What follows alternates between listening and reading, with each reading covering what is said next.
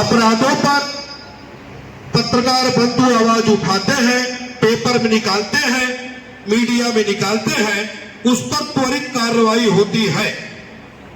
लेकिन जिन पर उनकी नजर नहीं जाती है, अपने समाज के लोग अगल बगल थोड़ा नजर उठा करके उन पर नजर डाले तो अपराध धीरे धीरे खत्म हो जाएगा। मेरी भी कुछ जिम्मेदारियां हैं। हमें अपनी जिम्मेदारी से भागना नहीं है।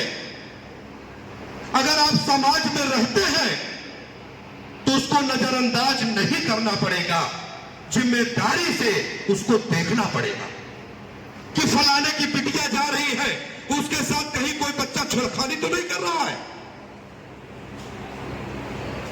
जिस दिन ये चीजें हमारे आपके दिमाग और दिल में आ जाएंगी, अपराध करने वाला कोसों दूर होगा, कोसों दूर होगा। हमें अपनी जिम्मेदारी पर दिखना पड़ेगा। जिस तरह हम अपनी बेटी के लिए सुरक्षा व्यवस्था देखते हैं, अगर हम अपने अगल बगल उन बेटियों को अपनी बेटी मान करके सुरक्षा की दृष्टि से एक नजर डालेंगे, मेरी गारंटी है अपराध होना बंद हो जाएगा। लेकिन हमें अपनी जिम्मेदारी को समझना पड़ेगा। आज भाई भाई का नहीं हो रहा है। अरे किस लालच के चक्कर पड़े हो? अरे एक ही तन से दोनों लोग पैदा हुए हो। अरे कोई 1 फुट ज्यादा लेगा, कोई 1 फुट कम लेगा। लेकिन इस पे हमको थोड़ा सा सोचना पड़ेगा। जिस जिस घर में लालच ने जन्म ले लिया है, उस घर का देख लीजिए आप उठा करके पतन के रास्ते पे चल रहा है। अधिवक्ता बंधु बैठे हैं, अपनी पूरी लड़ाई लड़ते हैं।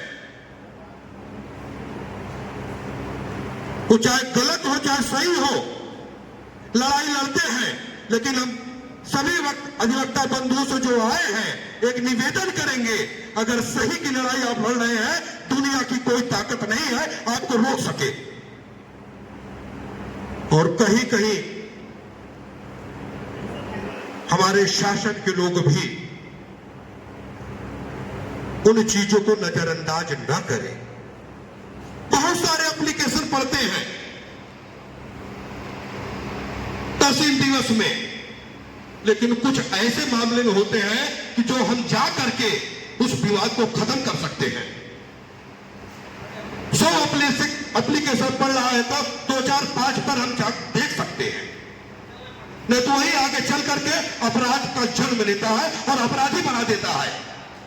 तारीख पे तारीख पढ़ने लगती है तो सामने वाला भी बौखला जाता है और अपराध करने पर विवश हो जाता है।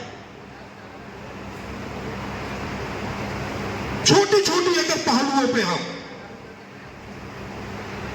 केवल ध्यान देना चालू कर दे, अपराध ऑटोमेटिक बैठ जाएगा, थम जाएगा।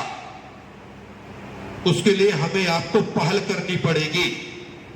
बहुत सारे काम रहते हैं, लेकिन कुछ समय अपना इसे निकाल करके हफ्ते में एक ही दिन सही, अगर छोटे छोटे पहलुओं पर हम नजर दे दें तो अपराध धीरे धीरे कम होता चला जाएगा और सामाजिक रिश्ता बढ़नी चालू हो जाएगी।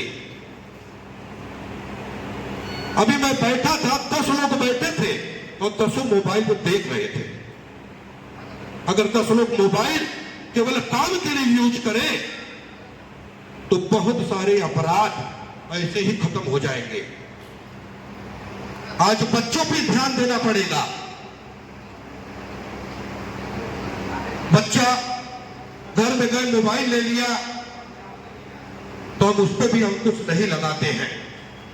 हम सोचते हैं चलो कम से मेरी जान छूटी, लेकिन उस पर भी हमको ध्यान देना पड़ेगा,